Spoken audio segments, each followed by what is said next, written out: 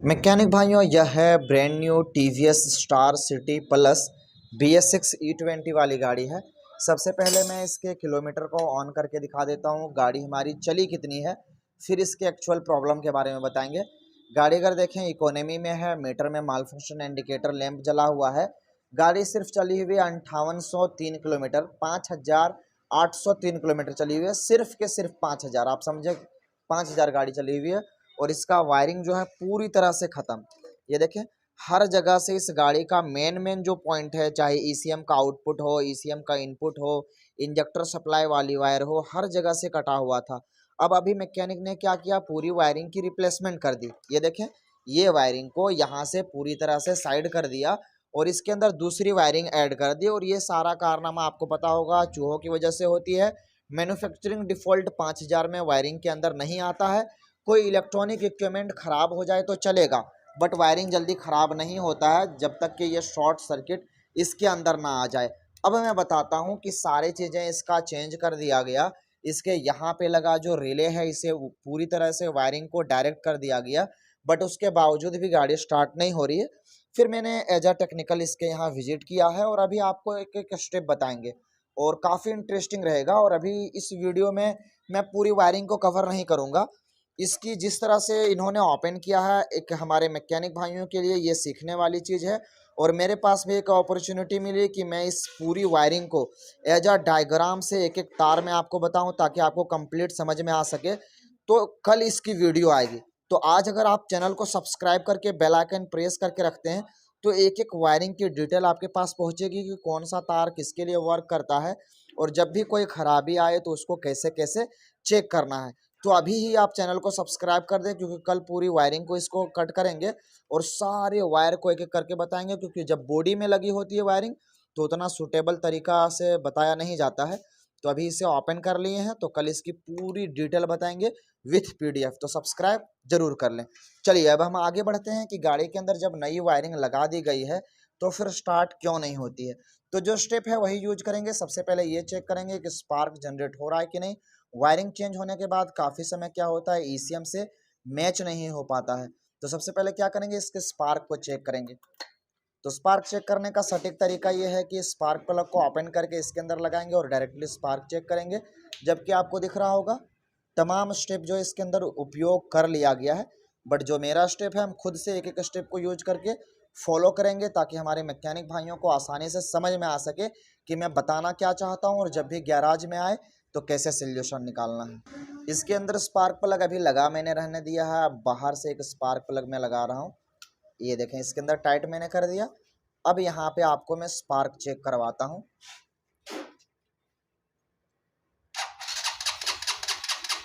Clear है, spark इसके अंदर परफेक्ट जनरेट हो रहा है। एक चीज़ क्लियर हो गई कि वायरिंग लगाने के बाद ECM परफेक्ट है क्योंकि स्पार्क आ रहा है, पहला प्रूफ। दूसरा प्रूफ, माल फंक्शन इंडिकेटर लैंप जल रहा है। अगर इसके वायरिंग का ECM के साथ कम्युनिकेशन नहीं बनता तो माल फंक्शन इंडिकेटर इसके मीटर में नहीं आता, जिससे पता चलता है कि ECM भी ख़राब है और वायरिंग भी अभी ख़राब है। बट वायरिंग अभी सही तरीके से वर्क कर रहा है। चलिए आगे बढ़ते हैं। वायरिंग के करंट को चेक करने के बाद इसके फ्यूल की टेस्टिंग की बारी आती है। फ्यूल को चेक करना हो, इंजेक्टर को चेक करना हो, सेंसर्स को चेक करना हो, उससे पहले इसके यहाँ पे लगा RR यूनिट इसे निकाल के बाहर करना पड़ेगा ताकि टेस्टिंग में कोई परेशानी ना हो। तो चलिए इसे बाहर निकालते हैं, उसके बाद आगे चेक करते हैं। एक इस तरह से बोल्ट को निकालेंगे और इसके अर्थ को साइड कर देंगे। RR यूनिट को यहाँ से साइड कर देंगे, बाहर नहीं निकलना वरना फ्यूल पंप काम नहीं करेगा। इसके यहाँ पे लगा जो सेंसर यूनिट है इसके कपलर को निकालेंगे, ISCV वाल्व के कपलर को निकालेंगे और इंजेक्टर समेत इसके फ्यूल पंप के कनेक्शन को बाहर निकालेंगे।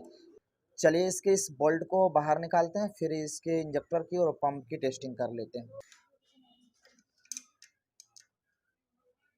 इंजेक्टर में से फ्यूल पाइप का कनेक्शन मैंने बाहर निकाल दिया। सबसे पहले इसका फ्यूल का प्रेशर चेक करेंगे। ऑन कीजिए। तो देखें, जैसे ही मैंने चाबी स्विच ऑन किया है तो फ्यूल काफ़ी अच्छा खासा इसके अंदर आया है। फ्यूल पंप भी परफेक्ट वर्क कर रहा है और इस गाड़ी का जो है करंट भी गाड़ी के अंदर परफेक्ट आ रहा है। अब इसके अंदर हम इंजेक्टर की टेस्टिंग करेंगे और इंजेक्टर की टेस्टिंग करने के लिए इसके कपलर को इसके अंदर लगाएंगे। इंजेक्टर को चेक करने के लिए सबसे पहले एक बार चाबी स्विच को ऑन ऑफ करेंगे ताकि पाइपलाइन में पूरी तरह से फ्यूल जो है भर जाए। ऑन ऑफ कीजिए। ये देखिए पाइप थोड़ा सा टाइट हो गया, बाहर की ओर गया, यानी प्रेशर परफेक्ट है। अब इसके गाड़ी का जो है सेल्फ का उपयोग करेंगे।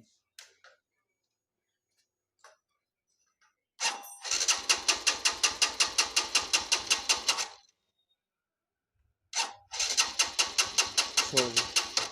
तो देखें सारी चीज़ें परफेक्ट है, इंजेक्टर छिड़काव नहीं कर रहा है। इससे क्लियर पता चलता है कि गाड़ी के अंदर जब भी वायरिंग कटा और उसी के शॉर्ट सर्किट की वजह से इसके अंदर ये प्रॉब्लम आया। अब ये ख़राब है कि नहीं, इसको 100% पता लगाने के लिए मैं आपको एक स्टेप बताता हूँ। सबसे पहले इसके सेंसर यूनिट को हम यहाँ से इस तरह से लगा देंगे और इसके बाद हम ISV वाल्व को इसके अंदर लगा देंगे। आप स्टेप देखें, इंजेक्टर कॉस्टली आता है और वायरिंग के साथ इंजेक्टर भी चेंज करेंगे। तो इसकी टेस्टिंग मैं बता देता हूँ ताकि आने वाले समय में जब भी आपके गैराज में प्रॉब्लम आए तो कैसे चेक करना है वो मैं आपको बताता हूँ। सबसे पहले आपने जो अभी पेट्रोल निकाला है उसे आपको इस तरह से ले लेना है और उसके बाद इस तरह से एक इंजेक्शन सिरिंज ले लेना है और इसको पूरी तरह से फिलअप करना है। काफ़ी आसान मेथड है और हमारे सभी मैकेनिक भाइयों को यह यूज में लाना चाहिए और घंटों का काम आप मिनटों में कर सकते हैं और हज़ारों रुपए आप बचा सकते हैं यह स्टेप को यूज करके। क्लियर कर दिए। अब एक आदमी को इंजेक्टर को इस तरह से पकड़ के रखना है और धीरे धीरे से ये जो इंजेक्टर वाला हॉल है ना, इसमें हम फ्यूल का जब छिड़काव करेंगे तो हमारी गाड़ी इजीली स्टार्ट हो जानी चाहिए बिना कोई प्रॉब्लम के।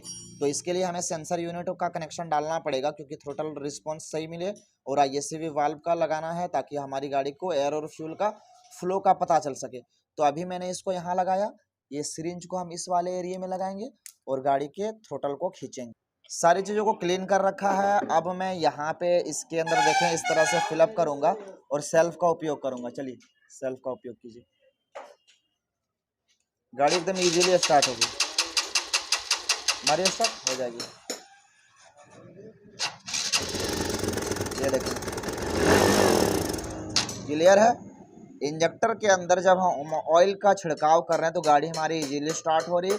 इससे पता चलता है कि इंजेक्टर पूरी तरह से खराब है इस गाड़ी का। एक दोस्तों आपने टेस्टिंग का परफेक्ट मेथड देख लिया कि किस तरह से गाड़ी स्टार्ट हो जाती है जब यहाँ पे हम इंजेक्ट करते हैं मैनुअली इसके अंदर फ्यूल, और जब ऑटोमेटिक इसके अंदर जाना चाहिए इंजेक्टर के थ्रू तो नहीं जाता है।